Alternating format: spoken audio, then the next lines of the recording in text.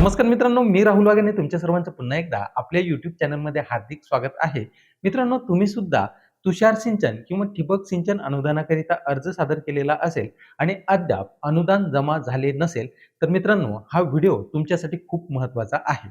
कारण शेतकऱ्यांच्या फायद्यासाठी असलेल्या सूक्ष्म सिंचन योजनेत कोट्यवधी रुपयाची गळती होत असल्याचा मोठा संशय कृषी आयुक्तालयाने व्यक्त केला आहे. अधिकाऱ्यांनी घरबसल्या मोका तपासणी करून अनुदानात कसा घोळ घातलाय आणि त्यामुळे आता अनुदानासाठी अर्ज केलेल्या ठिबक सिंचन संचाची तपासणी ही परत होणार असून या पडताळणीमुळे अनुदान मिळण्यास आता विलंब होणार आहे. चला तर मग पाहूयात याबाबत सविस्तर माहिती.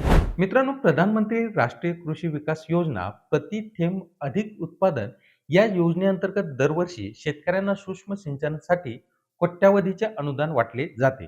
मित्रांनो, नियम असा आहे की अनुदान मंजूर करण्यापूर्वी कृषी अधिकाऱ्यांनी प्रत्यक्ष शेतात जाऊन मोका तपासणी करणे बंधनकारक असते. तर मित्रांनो, याच ठिकाणी काही गडबड झालेली असून काही कृषी अधिकारी शेतात न जाताच घरबसल्या खोटे तपासणी अहवाल तयार करत असल्याचा धक्कादायक प्रकार समोर आलेला आहे. मित्रांनो, आता तुम्हाला प्रश्न पडेल की खोटा तपासणी अहवाल कसा तयार केल्या गेलेत. तर मित्रांनो, मोका तपासणी अधिकाऱ्यांनी जिओ टॅगिंग फोटोमध्येच घोळ घातलेले आहेत. गैरप्रकार उघड होऊ नये म्हणून चुकीचे भौगोलिक स्थान दाखवले. तपासणीच्या तारखा आणि वेळा सुद्धा अहवालात लिहिल्या गेल्या नाहीत.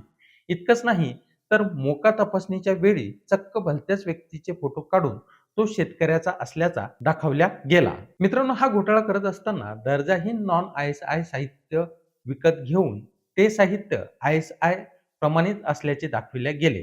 तसेच जुन्याच संचावर अनुदान काढण्याकरिता एकाच क्षेत्रावर जुन्या बसवलेल्या संचाला नवीन दाखवून त्या नवीन संचाचे अनुदान देण्याचे प्रकार सुद्धा करण्यात आले.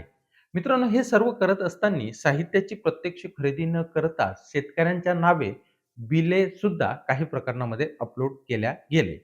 साहित्य एका कंपनीचे असते आणि बिल मात्र भलत्याच कंपनीचे सुद्धा अपलोड केल्या गेल्याचे सुद्धा यामध्ये आढळलेले आहे. मित्रांनो, या सर्व प्रकारामुळे आता संचालक कृषी फलोत्पादन विभाग यांनी राज्यभर तपासणीचे आदेश दिले असून त्यामुळे आता ज्या शेतकऱ्यांनी अनुदानाकरिता अर्ज सादर केलेले आहेत अशा शेतकऱ्यांचे अनुदान बराच कालावधी या ठिकाणी आता रखडणार आहे. तर शेतकरी मित्रांनो, शासनाचे अनुदान हे आपल्या हक्काचे आहे. तुमच्या गावात किंवा तुमच्या प्रस्तावामध्ये अधिकाऱ्याकडून काही हलगर्जीपणा किंवा पैशाची मागणी झाली आहे का? तुमचा अनुभव आम्हाला खाली कॉमेंट करून नक्की सांगा. ही अत्यंत महत्त्वाची माहिती जास्तीत जास्त शेतकरी बांधवापर्यंत पोहोचवण्यासाठी हा व्हिडिओ नक्की शेअर करा. अशाच महत्त्वाच्या कृषी अपडेट आणि माहितीसाठी आपल्या चॅनलला सबस्क्राईब करायला विसरू नका. धन्यवाद. जय हिंद, जय महाराष्ट्र.